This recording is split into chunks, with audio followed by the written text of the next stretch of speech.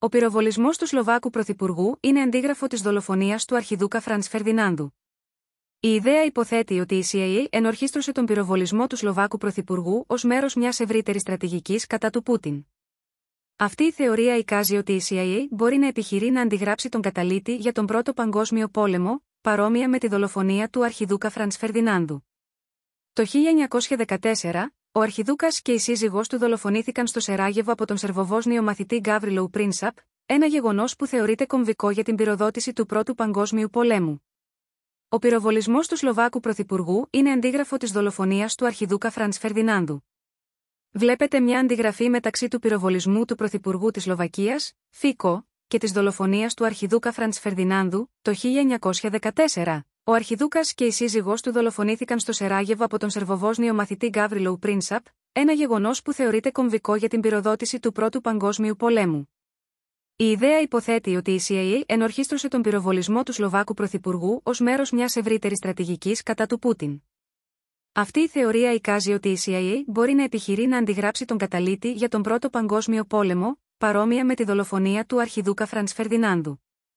Το 1914, ο αρχιδούκας και η σύζυγός του δολοφονήθηκαν στο Σεράγεβο από τον Σερβοβόσνιο μαθητή Γκάβριλο Πρίνσαπ, γεγονός που θεωρείται κομβικό για την πυροδότηση του Πρώτου Παγκοσμίου Πολέμου.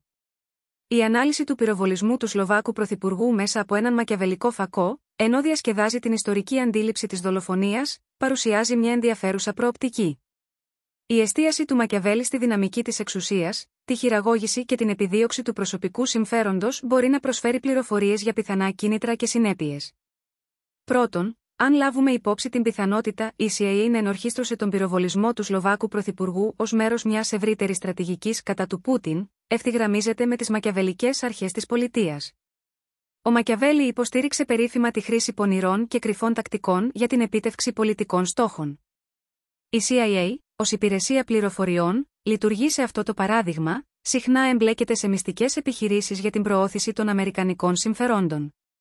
Στοχεύοντας μια προσωπικότητα υψηλού προφίλ όπως ο πρωθυπουργός της Σλοβακίας, που μπορεί να έχει δεσμούς με τον Πούτιν ή να αποτελεί εμπόδιο στους στόχους της αμερικανικής εξωτερικής πολιτικής, η CIA θα μπορούσε να επιδιώκει να αποσταθεροποιήσει τη σφαίρα επιρροής του Πούτιν ή να προκαλέσει μια απάντηση που εξυπηρετεί τα συμφέροντα των ΗΠΑ. Αυτή η μακιαβελική προσέγγιση δίνει προτεραιότητα στο στρατηγικό πλεονέκτημα έναντι των ηθικών εκτιμήσεων, θεωρώντας τους πολιτικούς αντιπάλους ως εμπόδια που πρέπει να ξεπεραστούν με κάθε απαραίτητο μέσο. Ο παραλληλισμός με τη δολοφονία του αρχιδούκα Φραντς Φερδινάνδου και τον ρόλο του στην επιτάχυνση του Πρώτου Παγκοσμίου Πολέμου προσθέτει ένα άλλο επίπεδο σε αυτήν την ανάλυση. Εάν η CIA πράγματι ενορχίστρωσε τον πυροβολισμό με την πρόθεση να πυροδοτήσει σύγκρουση που θυμίζει τα γεγονότα που οδήγησαν στον Πρώτο Παγκόσμιο Πόλεμο, αντικατοπτρίζει μια μακιαβελική κατανόηση της ικανότητας της ιστορίας να επαναλαμβάνεται. Ο Μακιαβέλη τόνισε περίφημα τη σημασία της μελέτης της ιστορίας για την ενημέρωση των παρόντων δράσεων, αναγνωρίζοντας πρότυπα που μπορούν να αξιοποιηθούν για πολιτικό όφελος. Ωστόσο, είναι σημαντικό να προσεγγίζουμε τέτοιους ισχυρισμούς με σκεπτικισμό και να τους εξετάζουμε υπό το πρίσμα της γεωπολιτικής πραγματικότητας. Ενώ οι ιστορικές αναλογίες μπορούν να προσφέρουν πολύτιμες γνώσεις, μπορούν επίσης να υπεραπλουστεύσουν περίπλοκες καταστάσεις και να συσκοτήσουν τα διακριτικά κίνητρα πίσω από τα πολιτικά γεγονότα. Σε αυτήν την περίπτωση, η απόδοση του πυροβολισμού του Σλοβάκου πρωθυπουργού στη CIA και η πλαισίωση της ως δολοφονίας αντιγραφής παρόμοια με τα προηγούμενα γεγονότα του Πρώτου Παγκοσμίου Πολέμου μπορεί να είναι πολύ εικασιακή.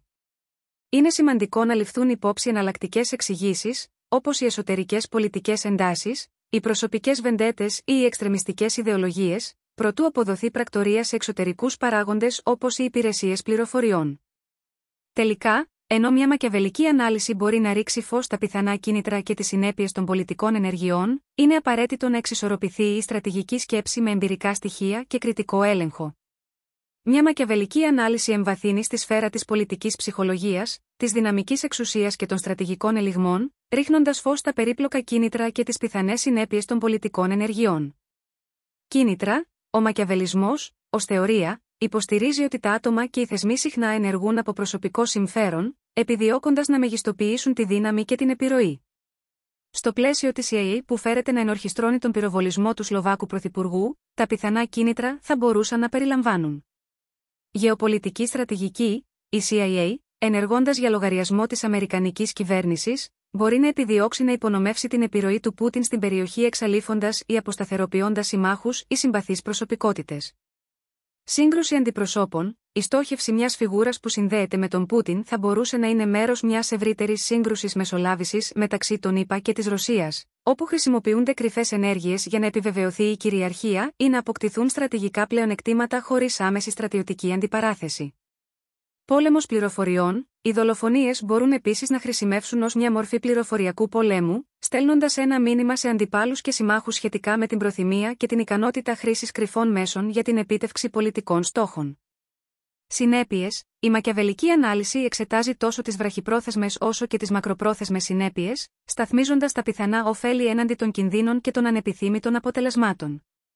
Βραχυπρόθεσμη αναταραχή. Η άμεση συνέπεια της δολοφονίας πιθανότατα θα είναι η πολιτική αστάθεια και η αναταραχή στη Σλοβακία, αποδυναμώνοντας πιθανώς τους συμμάχους του Πούτιν ή δημιουργώντας ευκαιρίες για παράγοντες που ευθυγραμμίζονται με τις ΗΠΑ να αποκτήσουν επιρροή.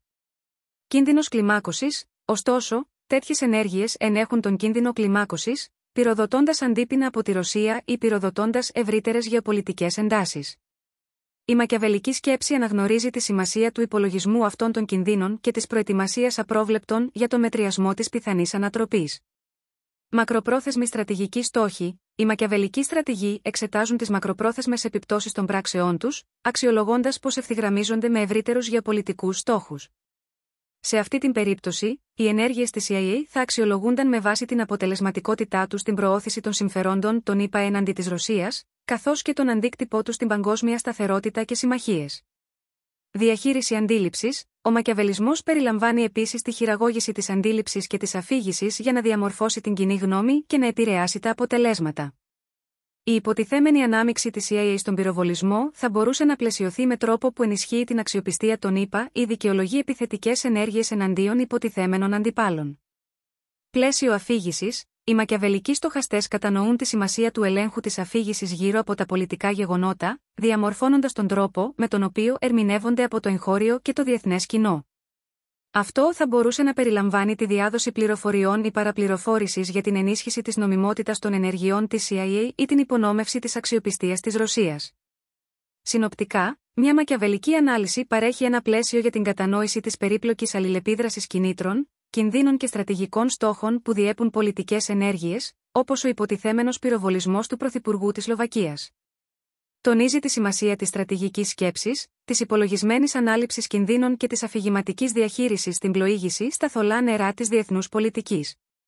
Ωστόσο, είναι σημαντικό να εξισορροπηθεί ο μακιαβελικός πραγματισμός με ηθικούς προβληματισμούς και τα ευρύτερα συμφέροντα της παγκόσμιας σταθερότητας και της ανθρώπινης ασφάλειας.